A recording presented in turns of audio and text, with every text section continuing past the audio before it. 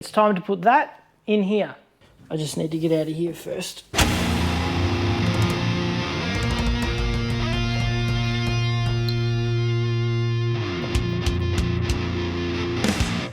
Sup everyone, welcome to a new video. Today I'm going for attempt number 2 at getting this barra in my EB. I did try this a few weeks ago, but I had a little fail. Oh, you're kidding me. That was my water temp sensor. Unfortunately, it snapped the temperature sensor on the back of the head and there was no point continuing until I could get a new one. I think the problem was I didn't have enough room to clear any obstacles. The engine was hard up against the bell housing on the BTR. So today I'm going to unbolt the rear trans mount and move it back a little bit. I picked up this trans jack adapter. It sits in a standard trolley jack. Got it from DTM Trading in Melbourne for 80 bucks, which is a bargain. I couldn't make something like this for $80. So this will definitely help getting the trans bolted back to the engine. Now I've already fitted the alternator and my belt pulleys. I've also got Will here to give me a hand. Time to push this out, get it up on stand, so here comes the time lapse.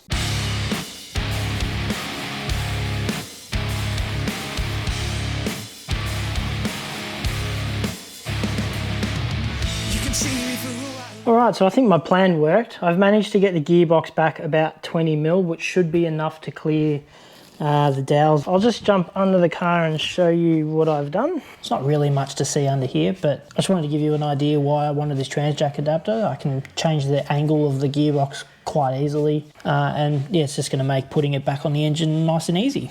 Now it's time to lift the engine up and see if we can set it in. But you still don't look away.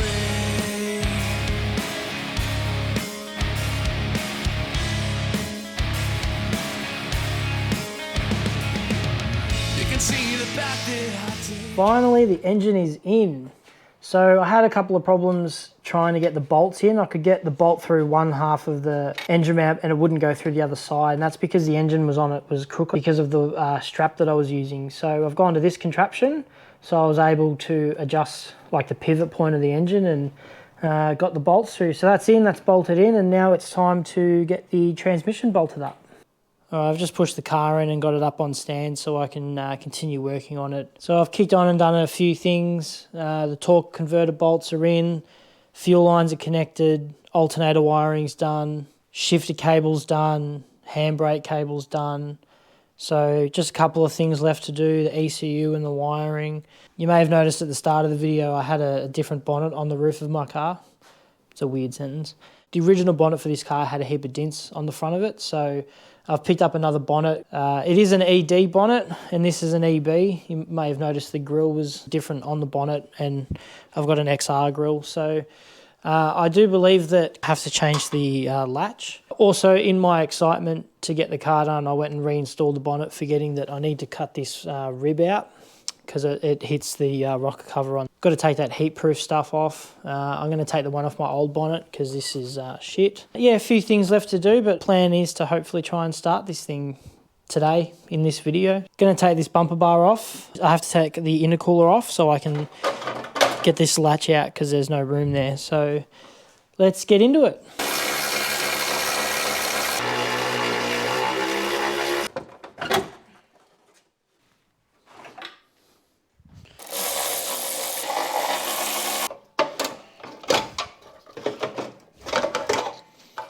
Didn't have to take the intercooler off after all. Alright, so I got the latch out and compared it to the one I got from an ED, and they're exactly the same. So yeah, that was a waste of time.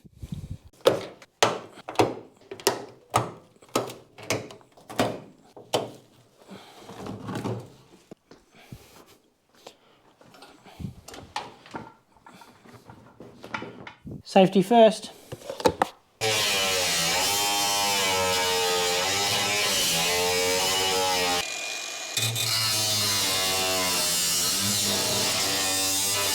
Alright, so the rib on that bonnet has been cut and now that clears the engine. I've also gone and reattached the release mechanism. I assumed I needed to change the mechanism, but obviously not. Almost ready to start this thing up. I've already fitted the starter motor, connected the ECU.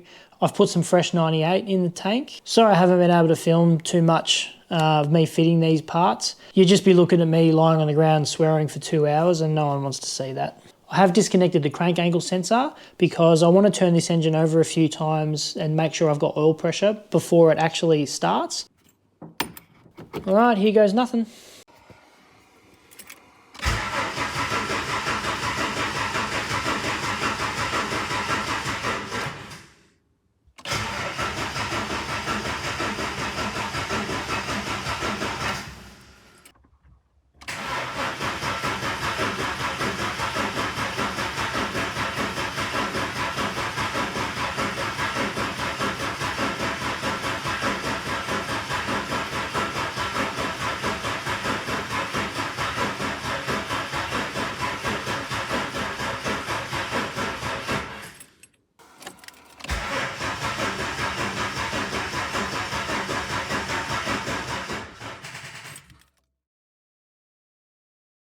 Okay, so what you saw there was basically the result of the engine not having enough battery power to turn it over fast enough to actually build any oil pressure. Unfortunately, yeah, the battery was flat, my jump pack was flat. I know taking the spark plugs out probably would have helped, but I've never had to in the past.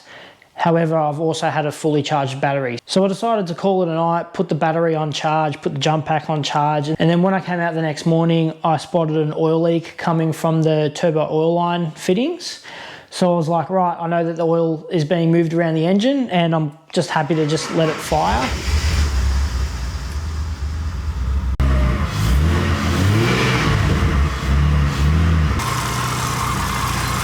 So the car is all back together and I've been driving it to work, I've been driving it to car meets and stuff, and it's been great. I did have a little oil leak coming from the transmission, which was just the cooler fitting lines, and I just replaced the crush washers and that fixed that up. So yeah, the car is all back together. Unfortunately, I didn't get a chance to film putting everything out, finishing it off. I'm gonna book it in for a tune, and hopefully the next time you see a video on this car, it'll be on the dyno, and we'll be able to see what kind of power this green top's going to throw down with that little eBay turbo. So thanks for watching, make sure you subscribe, and I'll see you next time. Yep, I guess I have a coolant leak as well.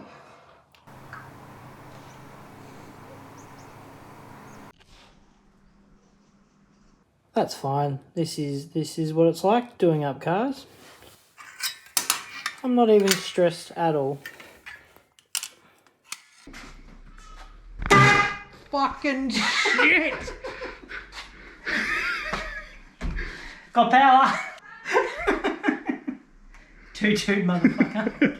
Hey Daniel, what are you looking for? My belt tensioner, belt pulley, one of these things. I made a bracket that goes here, like that. But much worse. But yeah, obviously much worse, yeah. Well, yeah, no, definitely much worse. I found it. Where is it, Daniel? It's still on my engine, on the other engine. Alright, so I'll take it off that.